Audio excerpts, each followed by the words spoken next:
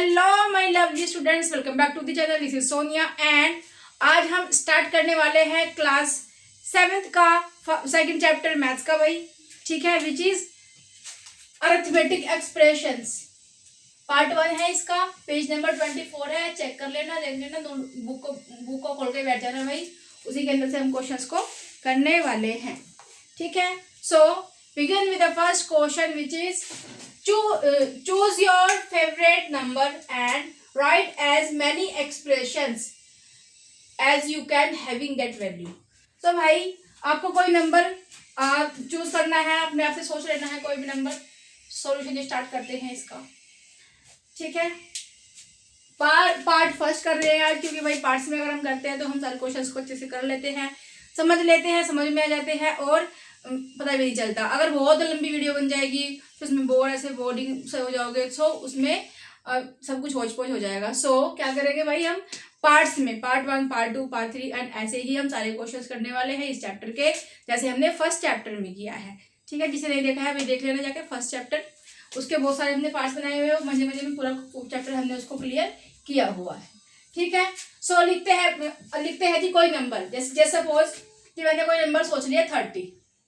Let the number is 30। अब इसको हम कई तरह से कैसे लिख सकते हैं भाई, इसको मैं लिख सकती हूँ 15 + 15 30 होता है। 15 × 2 भी लिख सकती हूँ, 30 होता है। 20 + 10 लिख सकती हूँ, 30 होता है।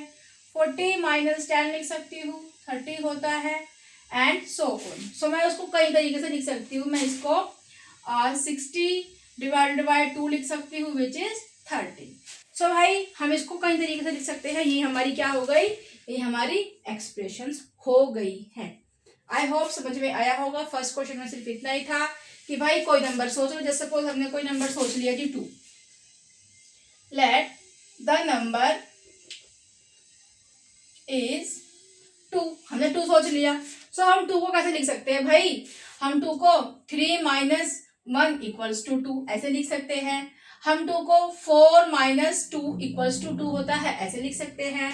5 - 3 लिख सकते हैं जी, और क्या लिख सकते हैं, 1 + 1 लिख सकते हैं विच इज 2, एंड 4 / 2 लिख सकते हैं विच इज 2। 2 × 1 लिख सकते हैं विच इज 2। सो हम इसको इस तरह से लिख सकते हैं। 2 + 0 लिख सकते हैं, वो भी क्या होता है, वो भी 2 होता है। सो भाई ये हमारी क्या हो जाएंगी, ये हमारी एक्सप्रेशंस हो जाएंगी, ठीक है। समझ में आया? चलो जी आगे बढ़ जाते हैं। सो भाई ये है हमारा second question says that fill in the blanks to make the expressions equal to both sides. भाई हमें इसमें बेसिकली क्या करना है कि हमें कोई नंबर दे दिया, जैसे हमें दे दिया 15 प्लस क्या प्लस करे 15 में कि वो 30 हो जाए। सो भाई 30 में से अगर हम 15 को माइनस कर देंगे तो हमें 15 मिलेगा, ठीक है जी। सो इस तरह से हमें इनको फिल करना है। समझ में आया? चलो अभी करेंगे तो समझ में आएगा। देखो 13 + 4 कितना होता है, 17 होता है। अब 6 में क्या प्लस करे कि 17 बन जाए, तो भाई 17 में से अगर हम 6 को माइनस कर देंगे तो हमें वो नंबर मिल जाएगा। सो वही नंबर यहाँ पे आ जाएगा, ठीक है। अब आगे आ जाते हैं। सो इसका आंसर हो जाएगा यहाँ पे 11। अब यहाँ पे आते हैं 6 5 से कितना होता है जी, 30 होता है। 22 प्लस क्या प्लस करे कि 30 आ जाए, सो इसमें से इसको माइनस कर देंगे। भाई 30 में से 22 को माइनस करेंगे, 10 में 2 जाएगा तो 8 बचेगा। सो यहाँ पे कितना जाएगा जी, 8 आ जाएगा, ठीक है। नेक्स्ट आते हैं। भाई ये कितना होता है, 64 को अगर 2 से डिवाइड कर रहे हैं, करो जी। 64 को 2 से डिवाइड कर रहे हैं, 2 × 3 = 6 एंड 4 आ गया जी नीचे, 2 × 2 = 4।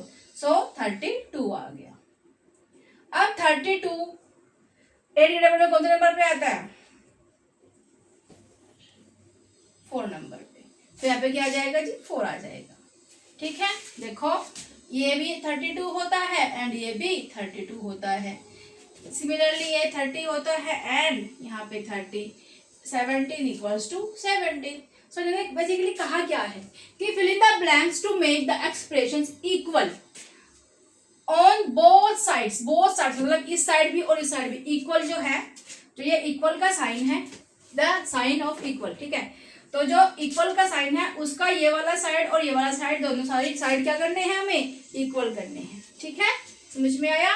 तो देखो भाई ये इक्वल हो गए, ये भी इक्वल हो गए, इक्वल बीच में है ना, एंड ये भी क्या हो गए जी हमारे इक्वल हो गए। अब यहाँ पे आते हैं, सो भाई 34 माइनस 25, तो भाई 34 में से क्या माइनस करें कि 25 आ जाए। तो क्या करेंगे हम, 34 में से 25 को माइनस कर देंगे, 9 आ जाएगा। सो भाई ये हो जाएगा 34 में से 9 जाएगा तो 25, एंड इधर भी 25। सो क्या हो जाएगा, ये लेफ्ट हैंड साइड, इसको बोलते हैं लेफ्ट हैंड साइड, इक्वल हो जाएगा हमारा राइट हैंड साइड पे, ठीक है जी। इस तरह से इसको हम लिखते हैं, इसको भी ऐसे लिख सकते हैं, ठीक है।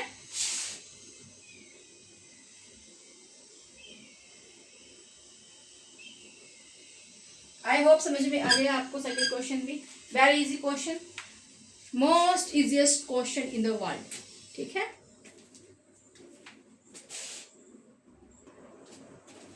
सो भाई नेक्स्ट क्वेश्चन पे आ जाते हैं। नेक्स्ट क्वेश्चन है हमारा अरेंज, अरे भाई लिख नहीं रहा क्या, हाँ जी, arrange the following expressions in ascending order. क्या करना है इनको हमें बेसिकली असेंडिंग ऑर्डर में लगाना है। असेंडिंग ऑर्डर क्या होता है, पहले छोटा फिर उससे बड़ा फिर उससे बड़ा एंड फिर उससे बड़ा, बट उनकी वैल्यूज को लगाना है। सो भाई वैल्यूज निकाल लेते हैं पहले इनकी। सो 67 माइनस 19, इसकी वैल्यू क्या होगी। सो भाई 67 में से हम 19 को माइनस कर लेते हैं,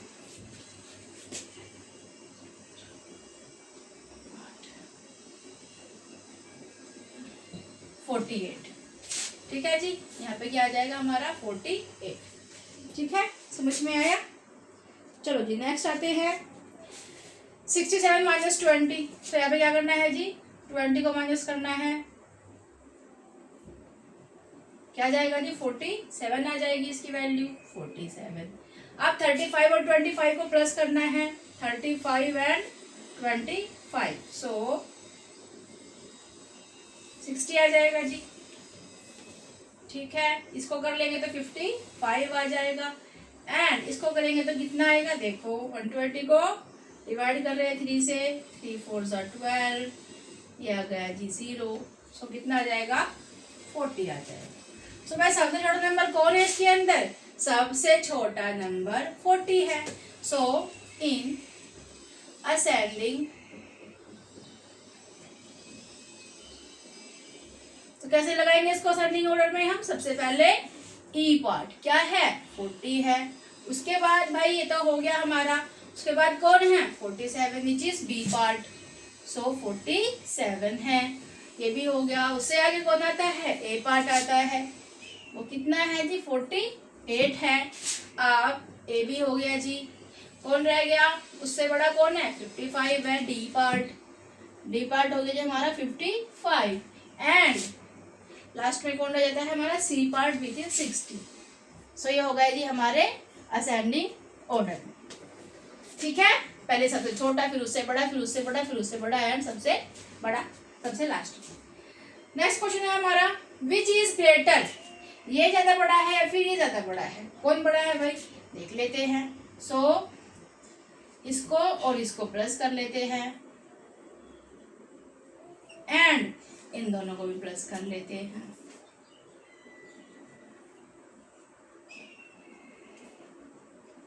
सो भाई बताओ कौन बड़ा है, भाई ये बड़ा है। सो 1022 प्लस 128 इक्वल्स टू कितना है 1150 है, एंड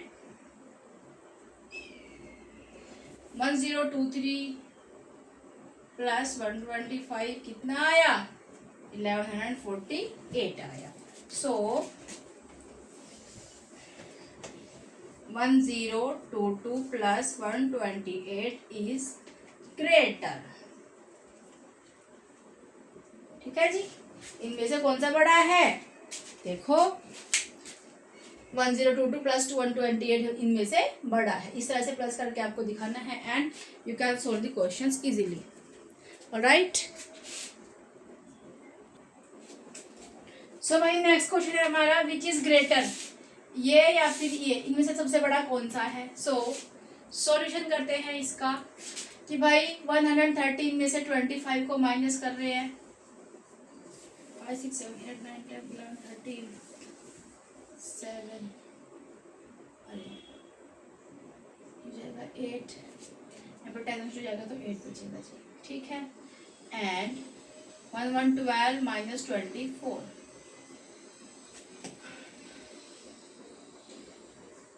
सो भाई दोनों की वैल्यू क्या आ रही है हमारी, इक्वल आ रही है। इनमें से कोई भी किसी से बड़ा नहीं है। हम क्या कहेंगे जी, 113 माइनस 25 इक्वल होता है 88 के, एंड 112 माइनस 24 इक्वल होता है 88 के। There is not any number greater, या फिर हम कह सकते हैं कि जो हमारा 113 माइनस 25 है वो इक्वल है 112 माइनस 24 के। ये हमारा हो जाएगा जी आंसर कि भाई ये इसके इक्वल है, बड़ा या छोटा नहीं है, ठीक है, समझ में आया। भाई हमारा नेक्स्ट क्वेश्चन है, यूज लेस देन और ग्रेटर देन और equal in each of the following expressions to compare them. मतलब क्या करना है हमें भाई, इनके बीच में हमें कौन सा साइन लाना चाहिए, बस वो देखना है, ठीक है।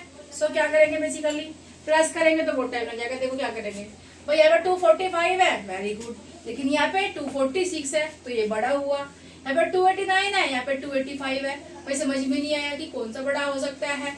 भाई ये तो 85 है बट ये 89 है, ये 24 है बट ये कितना है, ये देखो यहाँ पे ये 1s पे 5 है, ये यहाँ पे 10s पे 8 है, यहाँ पे 1s पे क्या है 9 है, 10s पे 8 है। अब यहाँ पे देख लो, यहाँ पे 1s पे 6 है, यहाँ पे 1s पे 5 है, यहाँ पे 10s पे 4 है, यहाँ पे 10s पे 4 है। कौन बड़ा हो सकता है भाई, ये वाला बड़ा हो सकता है।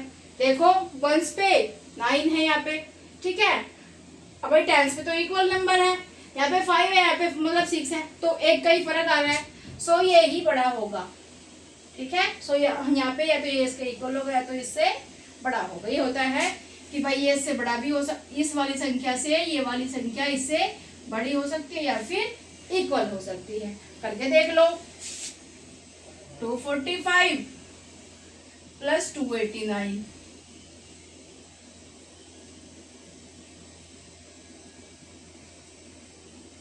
534 आ रहा है, ठीक है। अब इसको कर लेते हैं 246 एंड 285, हो जाएगा 531। कौन बड़ा हुआ, ये वाला नंबर बड़ा हुआ, ठीक है। चलो जी आगे चलते हैं। भाई यहाँ पे देख लो, ये 144 है, ये 144 है, ये 273 है, ये 272 है, इसमें भी माइनस हो रहा है, इसमें भी माइनस हो रहा है, तो बड़ा कौन सा नंबर होगा, ऑब्वियसली बड़ा नंबर ये होगा, ठीक है जी, समझ में आया। चलो अब यहाँ पे आते हैं, यहाँ पे 9 है, यहाँ पे 7 है, ये बड़ा हुआ। इधर आ जाते हैं, ये 3 है, ये 4 है, ये वाली कंडीशन यहाँ पे भी आ गई। यहाँ पे भी क्या होगा, ये वाला नंबर बड़ा होगा, ठीक है। हमने मतलब कॉम्प्लिकेट, देखो हमने कहा है कि explain your thinking in each case, अपनी थिंकिंग बताओ without complicated calculation. Complicated calculation नहीं करनी है, बस सोचो और बताओ हमें, ठीक है, ये करना है, इसमें कैलकुलेशन नहीं करनी है। अब यहाँ पे देख लो 245 है, 245 है, यहाँ पे 129 है, यहाँ पे 124 है, ज्यादा कौन हुआ, ज्यादा ये हुआ, ये हो जाएगा बड़ा जी, ठीक है। अब यहाँ पे 76 को माइनस किया जा रहा है, यहाँ पे 77 को माइनस किया जा रहा है। भाई यहाँ पे 214 है और यहाँ पे 213 है, देखो एक का ही फर्क आ रहा है, ठीक है। बड़ा कौन हो सकता है, देखो भाई कौन हो सकता है, फटाफट बताओ मुझे बड़ा कौन हो सकता है इनमें। ये कंडीशन है ना, देख लो ये वाला हमारा बड़ा या फिर इक्वल हो सकता है। करके दिखाऊं, अच्छा देखो 77 को माइनस कर रहे हैं,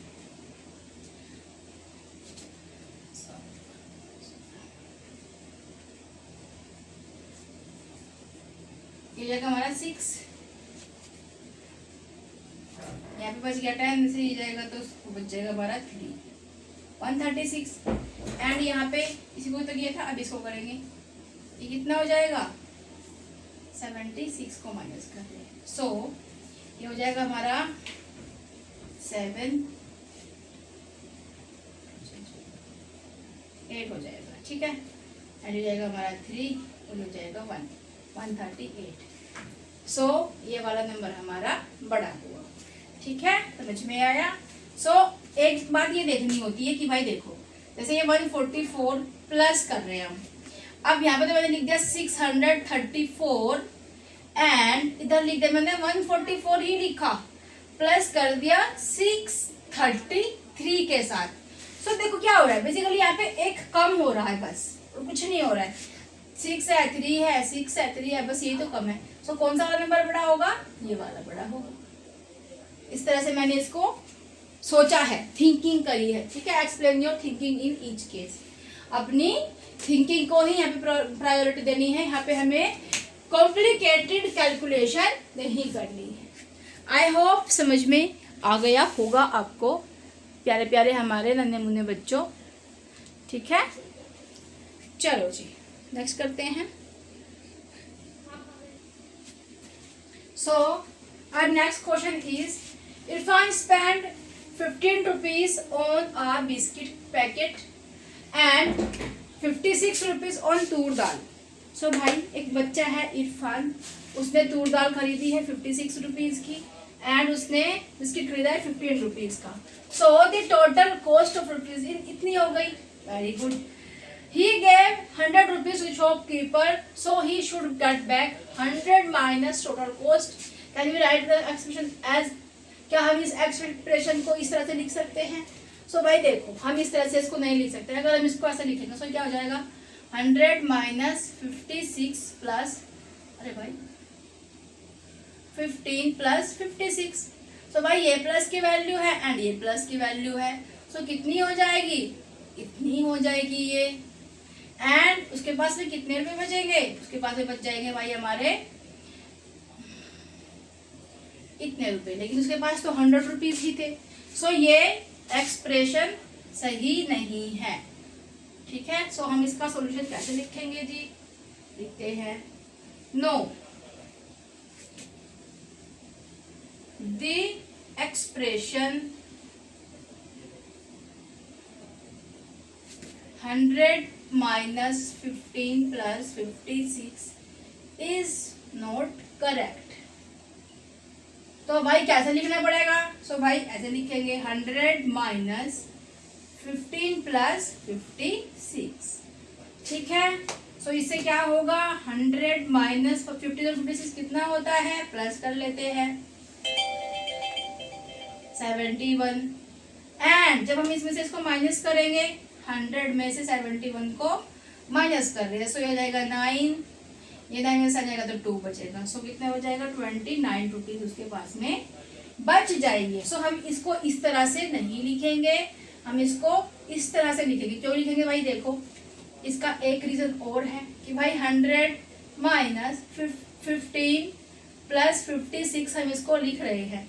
सो इसका मतलब बेसिकली क्या है कि भाई इस माइनस की मल्टीप्लाई यहाँ पे हो रही है, सो ये माइनस 15 हो जाएगा, और इस माइनस की मल्टीप्लाई यहाँ पे भी हो रही है, सो ये भी क्या हो जाएगा 56। अब ये हो जाएगा 100 माइनस 71, क्योंकि ये भी माइनस की वैल्यू है और ये भी माइनस की वैल्यू है। सो आंसर आ जाएगा हमारा 29 रुपीज, ठीक है, समझ में आया। चलो जी करो इसे। सो भाई आज तक हम यही करते हैं, ये हमारा पेज नंबर 27 का क्वेश्चन है, ठीक है। एंड बढ़ते हैं अगले टॉपिक पे, but in the next video. Till then take care and bye bye.